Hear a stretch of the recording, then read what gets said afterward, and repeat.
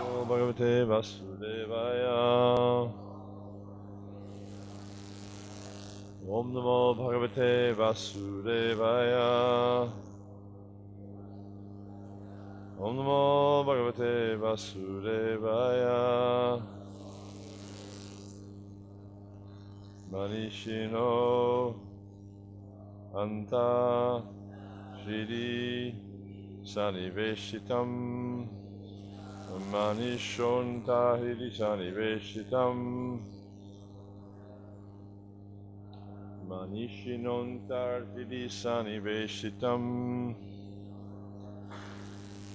Swa Shaktivir Navabis Cha Shri Ridbhir Swashaktivir Navabis Cha Shri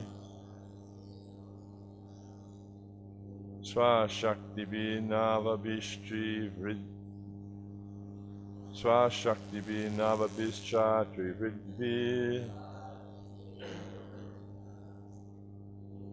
Shri Manishinonta Hridisani Veshitam Swashaktivir Navabischa Trividbir Bhanim Jata Daruni Panchadashyam Vanim Yata Daruni Panchadashyam Vanim Yata Daruni Panchadashyam Manishaya Nishkarshanti Gudham Manishaya Nikarshanti Gudham Manishinai Nishkarshanti Gudham Vanim Yata Daruni Panchadashyam Manishaya Nikarshanti Gudham Sa Vai Mama Shesha Vishesha Maya Savai Mama Shesha Vishesha Maya Savai Mama Shesha Vishesha Maya Nishedha Nirvana Sukhanubhuti Nisheda Nirvana Sukhanubhuti Nisheda Nirvana Sukhanubhuti Savai Mamang Shesha Vishesha Maya Nisheda Nirvana Sukhanubhuti Sa Sarva Nama Sa Cha Vishwarupa Sa Sarva Nama Sa Cha Vishwarupa Sa Sarvanama Sacha Vishnurupa Prasidatam Aniruktatma Shakti Prasidatam Aniruktatma Shakti Prasidatam Aniruktatma Shakti Sarvanama Sacha Vishvarupa Prasidatam Aniruktatma Shakti Manishinonta Hridisani Veshitam Swashakti Vinava Vishchatri Vridhi Vanim Yata Daruni Panchadashyam Manishaya Nishkarshanti Gudham Savai Mama Shesha Visheshamaya Nisheda Nirvana Sukhanubhuti Sasarvanama Sacha Vishwarupa Prasidatam Aniruktatma Shakti Manishinontaridisani Veshitam Swashakti Vinava Bischa Trividvi Vanimyata Daruni Panchadasham Manishaya Nishkarshanti Gudham Savai Mama Shesha Visheshamaya Nisheda Nirvana Sukhanubhuti Sasarvanama Sacha Vishwarupa Prasidatam Aniruktatma Shakti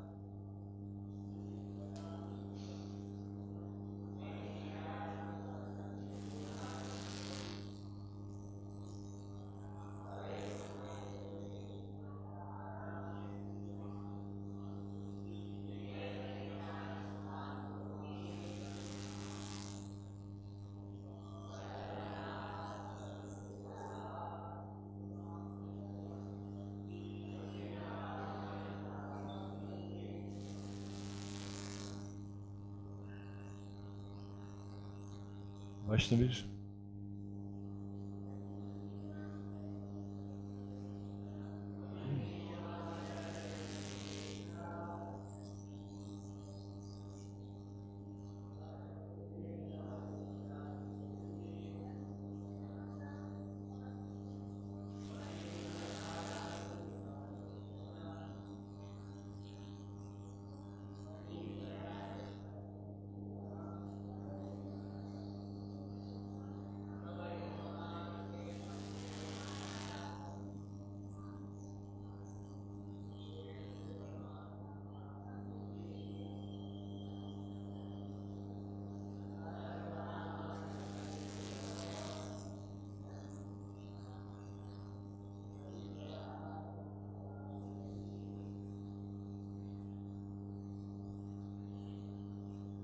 Did you do the word for word?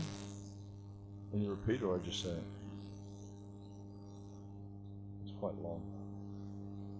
So I'll just do the word for word myself because it's 2 long verses. Manishina, great learned brahmanas, performing ritualistic ceremonies and sacrifices. Antaridi, within the core of the heart. Saniveshitam, being situated. Sushakti, with his own spiritual potencies. Navabhi, also with the 9 different material potencies. The material nature, the total material energy, the ego, the mind, and the 5 objects of the senses. Cha, and the gross material elements, and the 10 acting and knowledge-gathering senses. Trivridbi, by the material modes of nature. Vanim, fire. Jata, just like. Daruni, within wood. Panchadasham, produced by chanting the 15 hymns, known as Samidani mantras. Manishaya, by purified intelligence. Nikashanti, extract. Gudham, although not manifesting. Sa, that Supreme Personality of Godhead. Vai, indeed. Mama, toward me. Asesha, all. Vishesha, varieties. This is interesting because the way this Sesha has been translated here is very different from the way Prabhupada commonly uses it. And generally he says that Visesha means specific. So here it's practically the opposite. Yeah? Just like we have Visesha Argya means specific Argya, or you have Samanya Argya, which means general Argya. So here he's using it in a very different way. Maya, of the illusory energy. Nishedha, by the process of negation. Nirvana, of liberation. Sukha anubhutivi, who is realized by transcendental bliss. Now, Vishwanath Chakravarti Thakur, he gives a very interesting translation of these words, Nirvana Sukha. And, here Prabhupada's saying Nirvana means of liberation, but also Nirvana means bliss or happiness. Yeah? And then he says Sukha Anubhuti. And here, Prabhupada's translating Sukha to mean happiness, which is quite a common understanding of it, or in this case, transcendental bliss. But Vishwanath Chakravarti Thakur, he presents it as being happiness without arrows or the suffering of material nature. So he's saying that you experience that happiness with no pangs of material existence, which is a very interesting concept, because how often do we experience happiness in this material world without the pangs of material existence? Yeah? Because this is the world of duality, and everything in this world, you get some happiness and it has its concomitant distress. There's nothing you can enjoy here. Yeah? I mean, you can think of any enjoyment. I mean, I don't want to get too much into the enjoyment to experience in the material world, but any enjoyment. Just like, I'll give you an example. Yesterday, for instance, I was bought a plate of Raj Bhog, and it was way more than I could eat. But it was so tasty. And so the natural inclination is when something is very tasty, is you just want to keep eating more and more and more and more and more. But just like there was a whole lot of paneer there. Now I know that if I had eaten all that paneer, it would have its obvious consequences. I wouldn't be able to go to the bathroom this morning. Yeah? So, knowing that everything enjoyable in this material world has its concomitant consequences, negative consequences, then we refrain from indulging the senses. And actually devotional life is meant, Prabhupada, not just devotional life, human life is meant for restricting the senses. The human life is a life of self-control. But we're seeing here that in translating these two words, I will continue, but just I felt it was an interesting point that Vishnu Chakravarti Thakur was drawing out here, that he's saying that the bliss we experience from Krishna consciousness doesn't have the pangs of the arrows of material existence. It is devoid of that.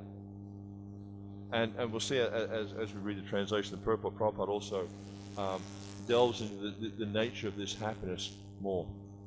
It's a very interesting verse from Prabhupada, this.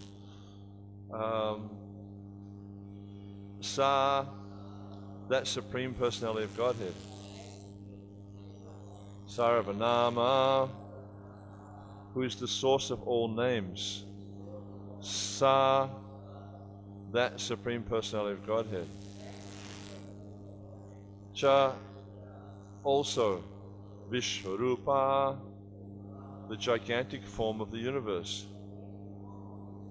Prasidatam, may he be merciful.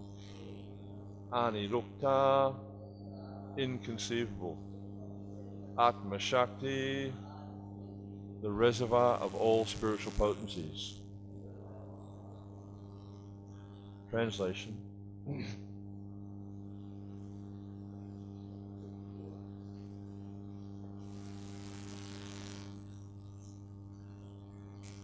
Just as the great learned brahmanas, who are expert in performing ritualistic ceremonies and sacrifices, can extract the fire dormant within wooden fuel by chanting the 15 Samidhini mantras, thus proving the efficacy of the Vedic mantras. So those who are actually advanced in Krishna consciousness, in other words, those who are Krishna conscious, can find the super soul, who by his own spiritual potency is situated within the heart. So just because it's a long translation, I'll just make a few comments as we go along. So Prabhupada, he translates this quite different from Vishnu Chakravarti Thakur, for instance. But basically what he's saying here is we have brahmanas who are expert in chanting these mantras, and they can draw out of wood fire. Now anyone who's kindled fire knows that it's not an easy thing to light fire. You can't just get a piece of wood, put a match to it, it's going to burn. There's a process, and especially if the wood is damp. I regularly do fire yagas, and oftentimes the wood I'm provided with is damp. But also the place we live in, New Govardhan in Australia, it gets quite cold there in the winter, sometimes down to 4 or 5 degrees Celsius. And so we have a fireplace in the temple room. But also it rains a lot there. We get maybe at least a meter of rain a year. So it does rain quite a bit. And so oftentimes the firewood is wet. But you can actually light a fire with wet wood if you know the technique. It's just a matter of getting the airflow to go over the wood, and then the heat dries the wood out. But it's a technique, and it takes some endeavor. So just like we see here, how the brahmana who's expert, with some endeavor, he can extract the fire from the wood. And as Prabhupada points out in the purport, we'll read in a minute, that the wood by the fire is completely destroyed. And all you have is a little bit of ash. That's all that remains. And so in the same way, through the chanting of the names of Krishna, which is the point that Prabhupada's making here, through chanting, because he says Sarvanama, how Krishna is the source of all names, how by chanting the names of Krishna, we can extract Krishna from the heart. Because and it's a really good analogy, because the fire is contained in wood. It's not coming from somewhere else. It's not like you bring the fire from, it's actually there in the wood. Because otherwise you get a little match, it's got a tiny little flame, and you add it to the wood, and it brings out a big flame. How is that? Because the fire is already there. So in the same way, that the Krishna consciousness is there within the heart of the jiva. It doesn't come from somewhere else. Nityasiddha Krishna Bhakti Sadhu Kavanai Shravanati Sutachira Karuradai. That this, and excuse me to all the devotees from West Bengal who, with my Bengali pronunciation, it's quite average, or less than average.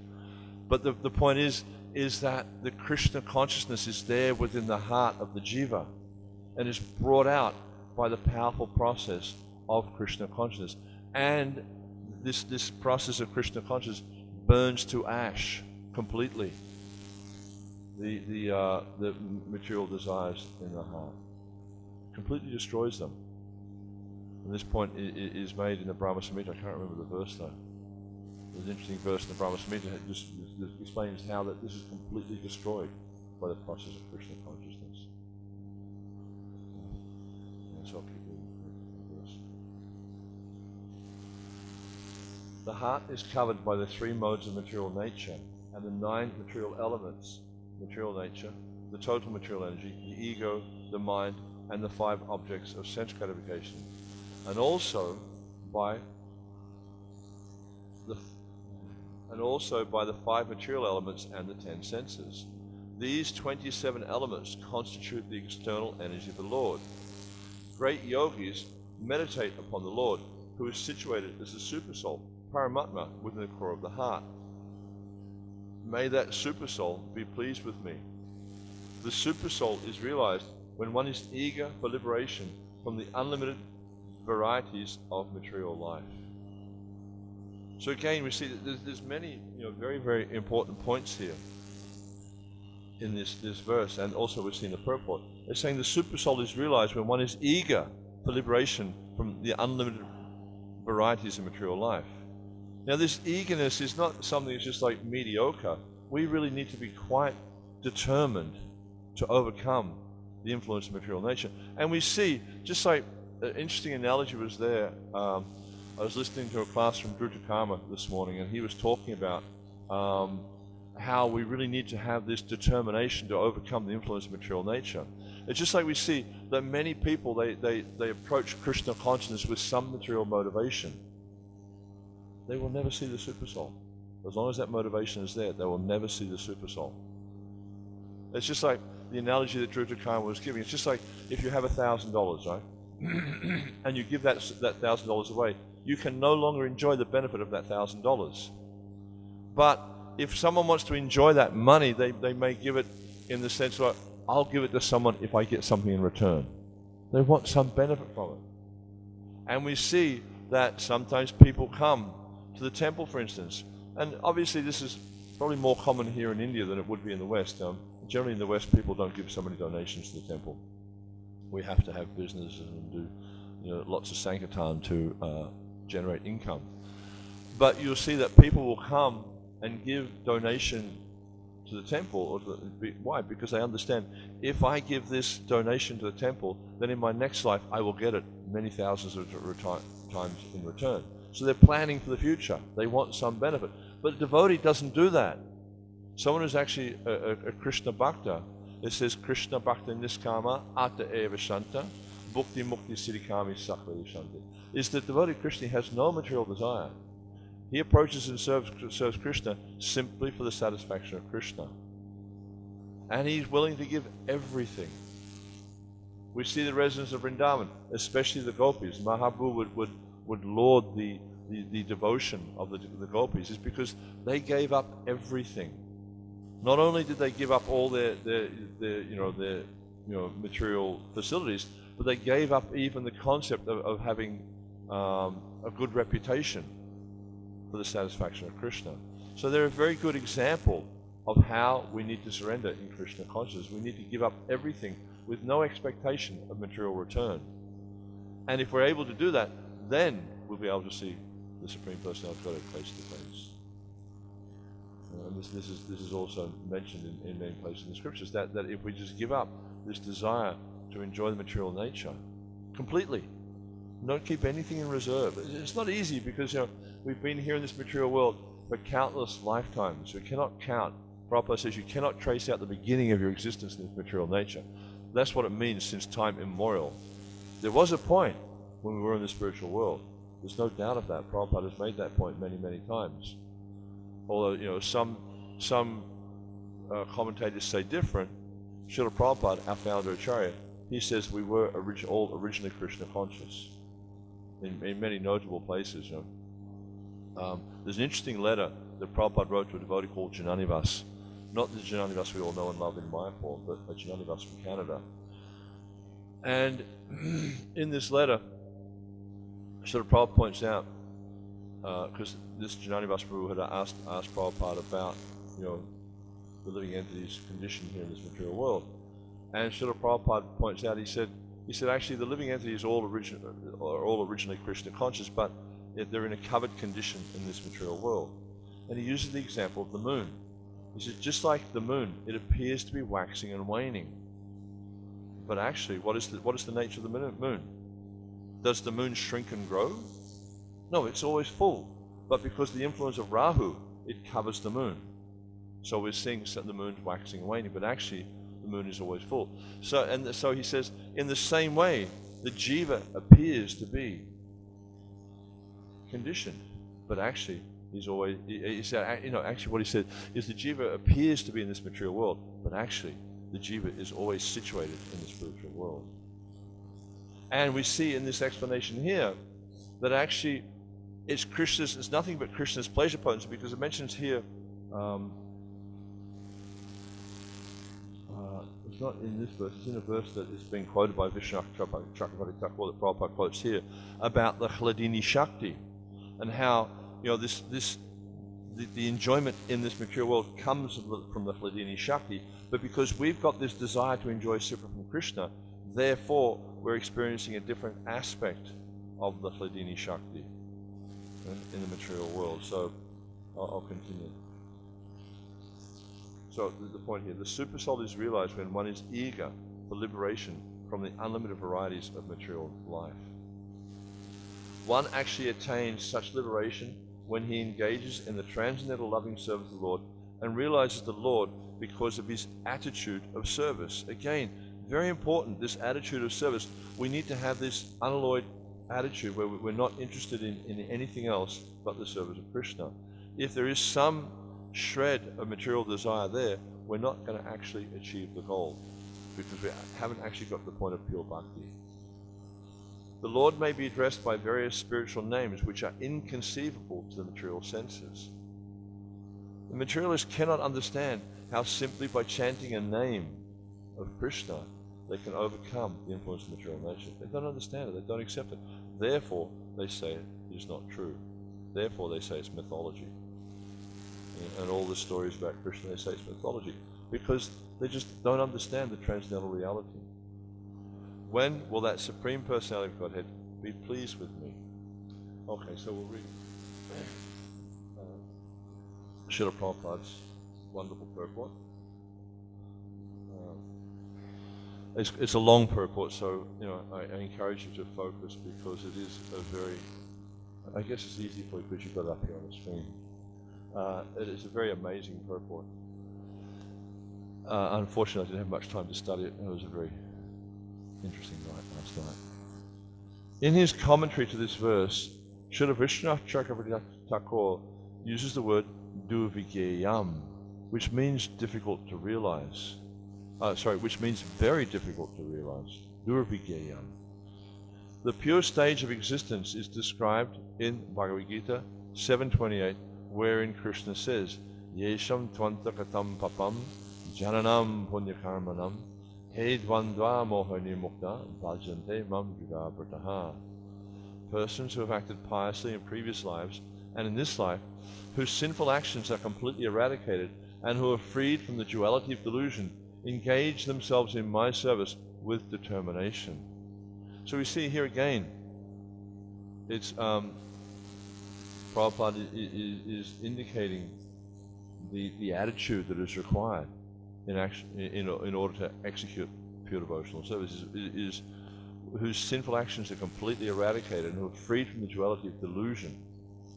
There's no material desire left in the heart. We've burnt up all these desires to the root, as Lord Brahma points out.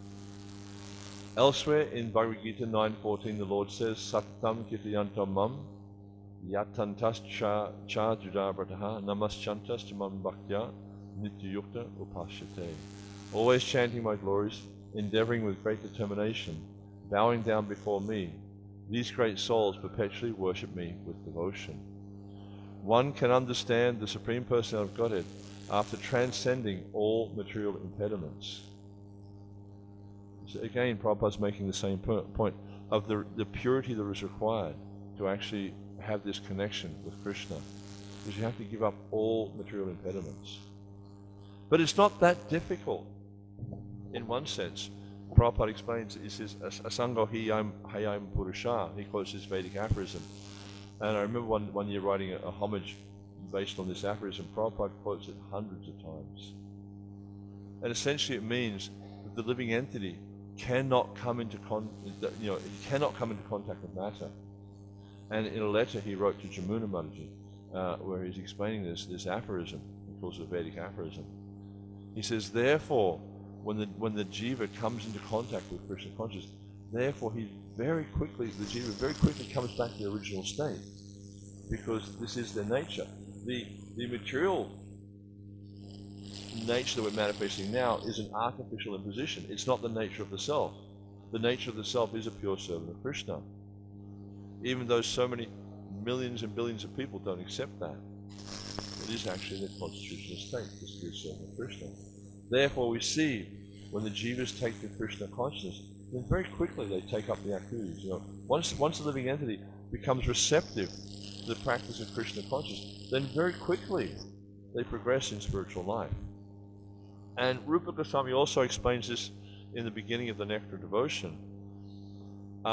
He talks about how the jiva in their past life has actually practiced bhakti. He says most people who come to bhakti, they come to bhakti because they've practiced it in a previous life. Occasionally people come into contact with a pure unalloyed devotee, and then they'll take up service. But generally speaking, it's because the jiva has practiced bhakti in a previous life. And they quickly return to that position that where they left off. And we see that Krishna confirms the same thing in the Gita, when he mentions that there's no loss or diminution in this practice. So we can see that, and Prabhupada explains in that purport how the one regains that position where they left off. And actually, they don't just regain the position; they get some interest. It's just like you put money in the bank. You leave the money in the bank, and it comes every month. It comes with interest. So in the same in devotional service, you may leave off at the point of 55%. In the next life, you'll start at 56%. Prabhupada explains that in the purport, that verse. Therefore, the Lord also says in the Gita 7:3, Manushyanam sahasreshu kasti yatati siddhe yatatam api siddhanam kastyamam vetitattataha. Out of many thousands among men, one may endeavor for perfection, and of those who achieve perfection, hardly one knows me in truth.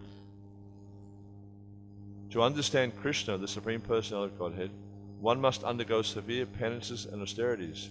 But since the path of devotional service is perfect, by following this process, one can very easily come to the spiritual platform and understand the Lord. See, Prabhupada's making the point there. You can very easily come to the platform of pure bhakti simply by diligently applying yourself to the process, because the process is very powerful. It's a very, very powerful process. Why? Because the process is Krishna. We're chanting Krishna's name. Essentially in this age, the process of attaining bhakti is chanting the holy names of the Lord. And as we see, it's described in the Padma Purana, it says, Nama Chintamani Krishna's Chaitanya Rasa Vigraha, Purasiddhi Muktam, Vinatvam Nama Nama Nama. That the holy name of the Lord, it is Krishna himself, it's non-different. It's Purnasiddhi, it has all the perfections of Krishna. So when we chant the name of Krishna purely, when we focus on the name purely, then Krishna is there. He is the name. It's not like he's present in the name, he is actually the name. The name is non-different from the Lord. So by practicing this process, with diligence, then very quickly we will actually come to that pure state of Krishna consciousness. This too is confirmed in the Bhagavad Gita 18:55, wherein Krishna says, Bhakti mama vijananti yavanyas chasmi tattvaha tato mam tattvato gyatpa vishate tad anantaram. One can understand the Supreme Personality of Godhead as he is only by devotional service. And when one is in full consciousness of the Supreme Lord by such devotion, he can enter into the kingdom of God. Thus, although the subject matter is durvigeyam, extremely difficult to understand, it becomes easy if one follows the prescribed method. So, for a devotee, it's not difficult to understand. For a devotee, it's very easy to understand. But for one whose intelligence is clouded by material nature, by material modes of nature, then it is very difficult to understand. For one who's trying to enjoy themselves in this material world, then the process of a spiritual life is practically impossible. As Prahlad Maharaj mentions, Matina Krishna Padatosvatova. He says, is by their own endeavors, or by the help of others, or by combination of both, is Matina Krishna. They'll never know Krishna. Because why? Because their endeavor is to enjoy material nature. That's really where their heart's at. They may come to the temple, they may make some show of spiritual life, but if in the core of their heart their real endeavor is to enjoy material nature, they will never know Krishna. But it's not to say, it's like sometimes devotees struggle with the senses, but they're actively trying to overcome the senses, the influence of the sense gratification. That's a different thing. But one whose endeavor is really to enjoy themselves, to enjoy the senses, then they'll never actually, as Prahlad Maharaj points out, he says, Matina Krishna, they'll never know Krishna, no matter how hard they try, because this is not really their goal. And as Queen Kunti also points out, is that Krishna is only available to those who are, she's a kinchagochara, those who are actually materially exhausted. They can know Krishna. One who's trying to improve themselves in any way in this material world, trying to get a better situation in the material world, trying to get a better body, a better family, a better, more wealth, whatever, increase their knowledge in the material world, they'll never understand. Krishna never reveals himself to such a person.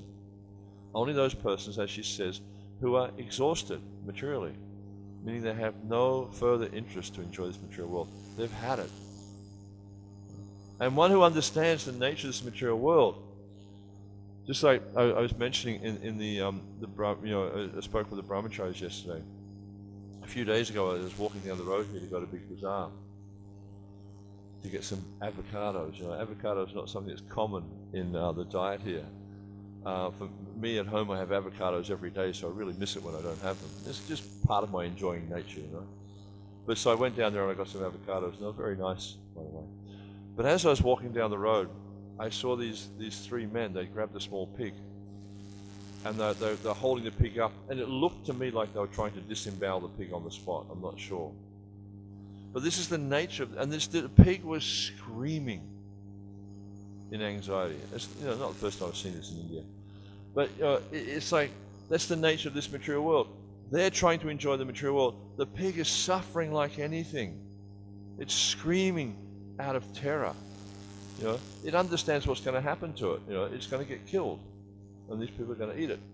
Yet they don't know, these foolish human beings, they don't know that what happens to them in the next life. Exactly the same thing. Some guys are going to walk along the road and say, oh look, there's a nice pig, grab it by the back legs and take it off and kill it.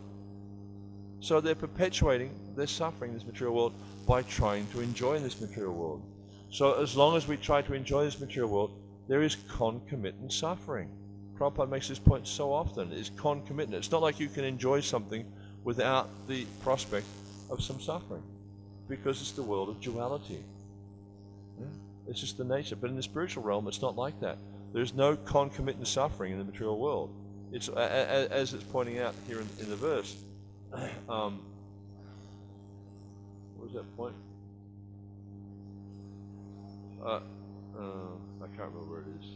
But the point was being made here in the verse about, that's right, Vishnu Chakravarti Thakur was making the verse of Nirvana Sukha, that it's enjoyment without the piercing of the material arrows. You can't conceive that. It doesn't exist like that in the material world. That's the spiritual realm. So if someone's actually experiencing that, then we can understand that they're likely in the spiritual realm, because you can't experience that in the material world. So this aspect of duvigeya, very difficult to understand. That is the materialist. They cannot understand the nature of the spiritual life. Because why? Because they're trying to enjoy themselves in the material world. Therefore, as Krishna says, Naham Prakasha Savasa Yogamaya Samavrit, they can never actually understand the transcendental nature. Because why? They're trying to enjoy the material world. Coming in touch with the Supreme Personality of Godhead is possible through pure devotional service, which begins with Shravanam Kirtanam Vishnu. In this regard, Srila Vishnu Chakravarti Thakur quotes a verse from the Srimad Bhagavatam 2.8.5. Pravishta Kana Arantrena Swanam Bhava Sororuham. The process of hearing and chanting enters the core of the heart, and this way one becomes a pure devotee. So again, the point is being made there. This is not a mundane process. It's just like, when we chant, or when we speak mundane words, when a materialist speaks mundane words, they just go to the ear, and they go into the inner ear, and they go into the brain. That's it. End of story. It doesn't go any further. But in this process, the words go to the heart, especially if one's a Brahmin. It's mentioned in the scriptures that when different varnas, when they chant the mantras, they have different effect. Like I think it is for a Sudra, they go to the lips; for a Vaishya, to the throat. I can't remember what Kshatriya goes to. Maybe it's the Kshatriya, the throat. For the Brahman, they go to the heart. So, but these transcendental words of the Supreme Word, the names of the Lord, they actually go to the heart, and then they awaken this Krishna consciousness. Udai. They awaken this Krishna consciousness in the heart. The process of hearing. By continuing this process, one comes to the stage of transcendental love, and then he appreciates the transcendental name, form, qualities, and pastimes of the Supreme Personality of Godhead. In other words, a pure devotee by devotional service is able to see the Supreme Personality of Godhead despite many material impediments, which are all various energies of the Supreme Personality of Godhead. Easily making his way through these impediments, a devotee comes directly in contact with the Supreme Personality of Godhead. After all, the material impediments described in these verses are but various energies of the Lord. When a devotee is eager to see the Lord, when a devotee is eager to see the Supreme Personality of God, he prays the Lord. Ayi nandatanuja kinkaram patitamam vishame bhavam buddho kripaya tava pada pankaja stita dulisa drisham vichintaya. O son of Maharaj Nanda Krishna, I am your eternal servitor, yet somehow or other I have fallen into the ocean of birth and death. Please pick me up from this ocean of death and place me as one of the atoms at your lotus feet. Being pleased with the devotee, the Lord, this is a really interesting point here. Being pleased with the devotee, the Lord turns all his material impediments into spiritual service. So the things we're experiencing as impediments right now, through the process of bhakti, transform into devotional service. And this is really easy to understand. Prabhupada uses a very, very interesting analogy. Electricity. Just like he says, the electrical engineer can use the same energy. Just like before I came here, I became very popular with all the cooks in our kitchen because we installed an air conditioner in the kitchen. But it's a reverse cycle air conditioner. So it means the same machine uses the same energy, electricity, for heating or cooling. And just by the flick of a switch, you can use the same electricity to heat the room or to cool the room. So that's the analogy Prabhupada uses, that how by the flick of a switch, An electrician can use this energy to either heat or to cool. Now it's advanced to such a point that anyone can do it. And Krishna consciousness is the same. The process of Krishna consciousness is the same. It's simply by applying ourselves to the practice of Krishna consciousness, this material energy is converted to spiritual energy. Because ultimately, it is nothing but spiritual energy. Ultimately, there is nothing but Krishna's spiritual energy. Material energy is just a temporary manifestation of the spiritual energy. Because as Krishna says, aham savasya prabhamata, that everything comes from him. So ultimately, it's all spiritual energy. So for us to understand how matter is transferred into spirit, and I'll give another interesting example, is here we have the beautiful deities of Nrsimhadev, Sri Sri Gauranitai, Radha Madhavan, Lalita Vishaka, Krishna Balaram, Jagannath Subhadra Mai. Now, to a mundane observer, what are they made of? Stone and wood, material nature. But through the process, the bona fide process of carving, installing, but not just carving, installing, but worshipping.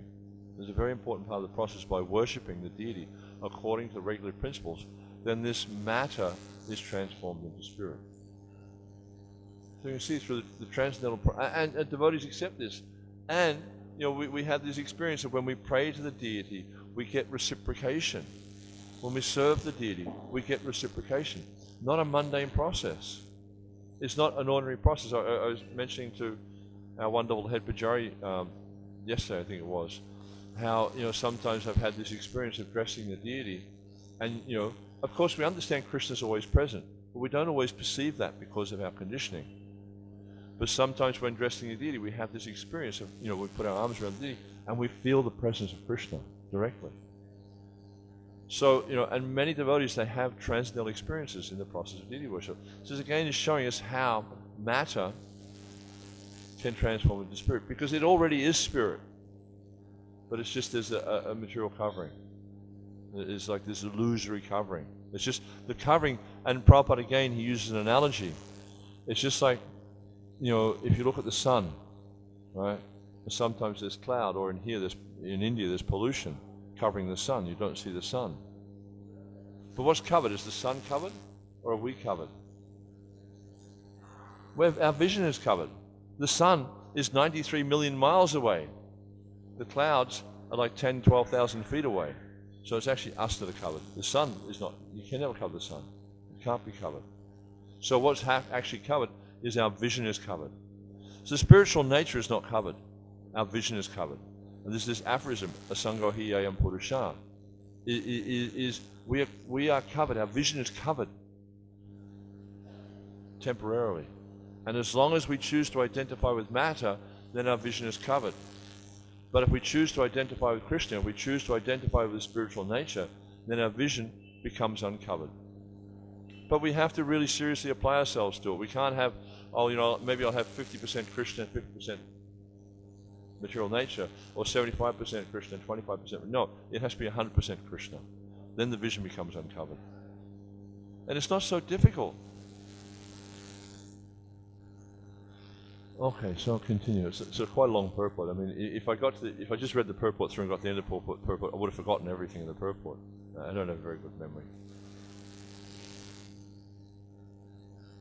Yeah, so being pleased with the devotee, the Lord turns all his material impediments into spiritual service. He just switches it over. It becomes, as soon as you receive Krishna's mercy, and this is the key, you have to receive Krishna's mercies. Not by your own endeavor can you actually come to the point of Krishna consciousness. And this is what's happening here, is Daksha is praying to Krishna for his mercy, and Krishna becomes pleased. But interestingly enough, Daksha's he's not an unalloyed devotee. What's he praying to Krishna for? Sex life. Give me facilities so I can have unlimited sex life. And he gives birth to, he procreates thousands of children. He's trying to do it by his mind. That doesn't work out. So he's, okay, now let me do it by semen. So he's praying for the facility to have thousands and thousands and thousands of children. This is not the prayer of a devotee. What we see Radharani pray, she prays, she says, my dear Lord, you can trample me under your feet, you can make me broken-hearted by not being present before you, you can hold me in your embrace. I don't care. You do whatever you want. I'm just your servant unconditionally. That's the prayer of a devotee. A devotee prays to Krishna and doesn't ask for anything. They just want to serve Krishna. And we know that by serving Krishna, it's not our motive, but we know by serving Krishna we'll become satisfied, we'll become peaceful. Because the devotee has no material desires. Therefore, atta eva shanta. But it says in the materialist is bhukti mukti siddhi kami sakali ashanta. They're not peaceful because of their material desires. And the more material desires you have, the more disturbed you become. The less material desires you have, the more peaceful you become. It's a simple process. In this connection, Srila Vishnu Chakravarti Thakur quotes a verse from Vishnu Purana. Hladini sandini samvit tvaya eka sarva sangstito hlada tapa kari mishra tvaya no guna vajate. This hlada tapa kari, this is Prabhupada elaborates on this in the purport. In the material world, the spiritual energy of the Supreme Personality of Godhead is manifested as tapakari, which means causing miseries. But if we engage in devotional service, it becomes anandakari. The Lord's energy causes bliss. But tapa, as we know, means misery, and kari is causing. So, by engaging in the service of the external nature, it causes us misery. But if we engage in the service of the internal nature, it causes bliss. It's the same thing, the same energy. It just depends how we apply ourselves to it. Prabhupada uses the analogy of a knife. Right?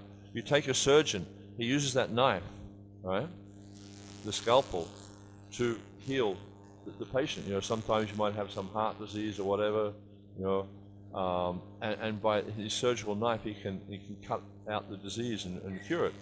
Now, in London last year, I think it was, this crazy guy goes running through the street and attacked the soldier with a scalpel and sliced him up. Scalpels are incredibly sharp. You just touch and the skin will burst open. And so the same knife, but the motivation behind it. One, it can heal the person. One, it can kill the person. Same energy. Just depends on our approach. If we approach the energy wanting to serve Krishna, wanting to please Krishna, is our genuine desire is to please and serve Krishna, then this energy will bring us so much happiness. But if we're trying to enjoy this energy, the same energy will bring us so much misery. And it'll bring us repeated birth and death. In the material world, the spiritual energy of the Supreme Personality of Godhead is manifested as tapakari, which means causing miseries. Everyone hankers for happiness, but although happiness originally comes from the pleasure potency of the Supreme Personality of Godhead, in the material world, because of material activities, the pleasure potency of the Lord becomes a source of miseries. Hlada, tapa, kari. False happiness in the material world is a source of distress. But when one's endeavors for happiness are redirected towards the satisfaction of the Supreme Personality of Godhead, this tapa kari element of misery is vanquished and it becomes anandakari. An example given in this connection is that extracting fire from wood is certainly difficult, but when fire comes out, it burns the wood to ashes. In other words, experiencing the Supreme Personality of Godhead is extremely difficult for those devoid of devotional service, but everything becomes easier for a devotee, and thus he can very easily meet the Supreme Lord. I was thinking of an example I heard the other day. In some lectures I was listening to by Giriraj Maharaj, he was talking about people presenting themselves as devotees but not really being devotees. And he was mentioning this one person in Mumbai who used to regularly come to the temple, and he was trying to convince the devotees of how devotional he was. And so he said, he pulled out this silver box from his pocket, he said, and opened up with full of tulsi. He said, even when I drink tea, I put tulsi on the tea. So is that an act of devotion? Of course not. Krishna doesn't accept such offerings.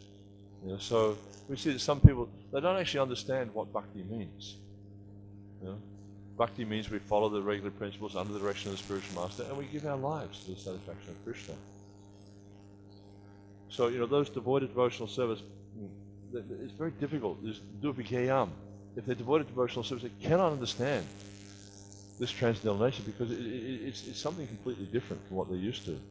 They can only understand the wranglings of the material nature. And it's mentioned that there's a verse quoted, I think Vishnu Thakur quotes it on his commentary on the verse from the Bhagavatam, that even though they may be able to count all the atoms in the universe, they may be able to count all the snowflakes in the sky, or all the drops of water, or the molecules in the ocean. Can you imagine how many molecules of water there are in all the oceans? It's beyond belief. Or all the atoms in the universe. Even just the atoms on this planet. It's beyond, or the atoms in this room. It's beyond belief. But, the Bhagavatam states that even if the scientists get to that point where they can count these things, still they won't be able to understand Krishna, because they're just materialistic. They have no devotional aptitude. Here the prayers say that the form of the Lord is beyond the jurisdiction of material form and is therefore inconceivable. The devotee prays, however, "My dear Lord, be pleased with me so that I may very easily see your transcendental form and potency." Non-devotees try to understand the Supreme Brahman by discussion of neti, nisheda, nirvana, sukhana buddhi. A devotee, however, simply by chanting the holy name of the Lord, avoids such laborious speculations and realizes the existence of the Lord very easily. And Prabhupada makes this point here of the laborious speculations. And I remember going to Kumbh Mela a few years ago, and just I went around to all the different. It's kind of like, I heard one devotee describing it once like a spiritual Disneyland. You can go there and you can see everything. You can see Naga Babas and people lying on beds of thorns and beds of nails and buried up to their neck in sand and fires. You can see everything. I remember even seeing one guy. He was standing there dressed up as Hanuman, and he had his arm up in the air like this, and his sword stuck to his arm. And I thought, this is a little bit too far out for me. So I had a close look and actually saw it with a fake sword. There was a fake, he had like this thing wrapped around his arm. He had the his cloth wrapped in such a way you couldn't actually see. There was this painted metal that was painted to look like skin, and there's painted blood dripping down. But he's trying to cheat people. But you can see all these different things going on there, and they're going to great endeavor, a huge endeavor in their practices, and do they actually achieve the goal? And we see that in the beginning of the 12th chapter of the Gita, Krishna points out, Klesho dikraste shama vyakta shakta chetasam. Klesha is very difficult. They go through great difficulties to achieve the goal. And even then, they don't always achieve the goal. And they get to the goal, and mostly it's temporary. Even if they achieve the position of impersonal liberation, it's temporary, and they have to fall down again, this material world, because they cannot live without desire. They cannot live without activity. And to merge into the Brahma-Jyoti, it's an unnatural state for the living entity. They may remain there for many millions and billions of lifetimes or years, but it's an unnatural state for the living entity, because the living entity is by nature pleasure-seeking. The living entity is, and one of the elements of that pleasure-seeking is relationship. We're sentient beings. We have senses. We have this desire to enjoy through the senses, desire, to enjoy relationships with other living beings. So the living entity, when they're situated in Brahman, ultimately they're dissatisfied. So it means they come down again to this material world to pursue activity.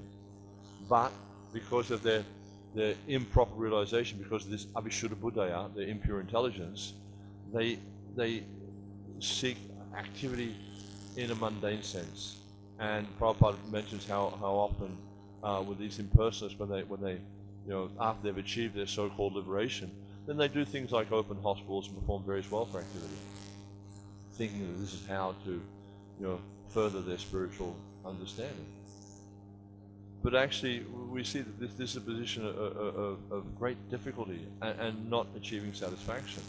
And only devotees who actually surrender to the Supreme Personality of Godhead can understand the real position of transcendence and the real nature of the jiva.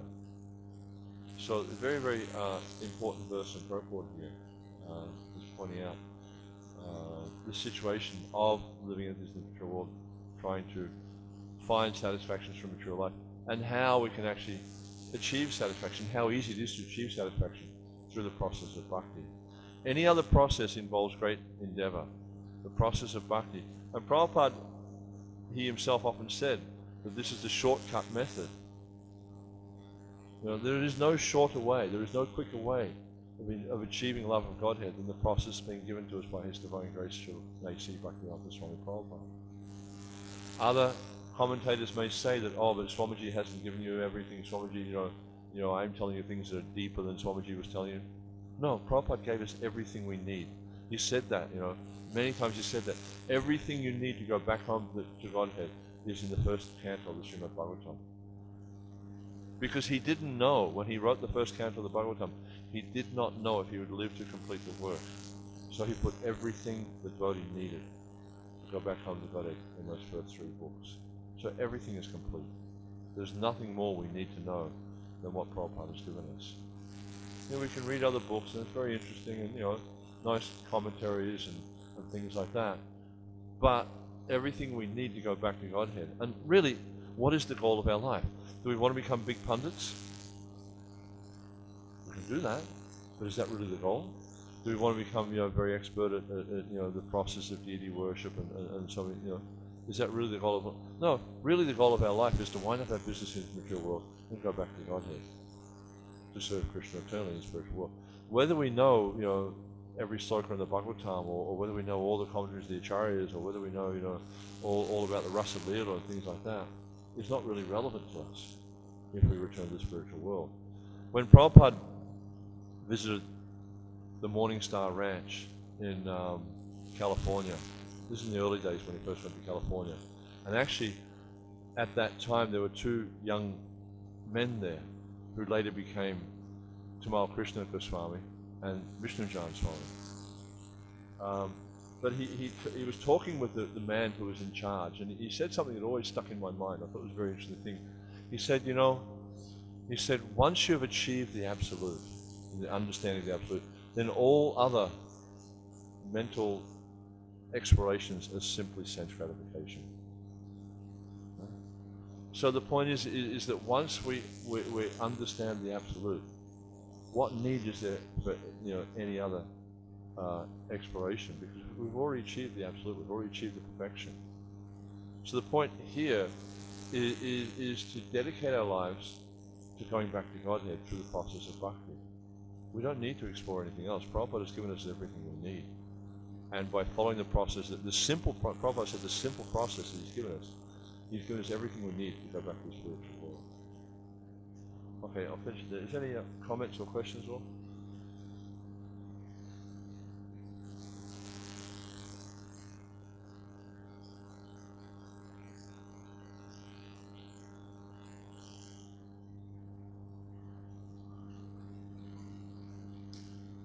Okay, thank you very much. Srila Prabhupada ki, Samaveta Bhakta Vrinda ki, Jai Nitai Gopramani.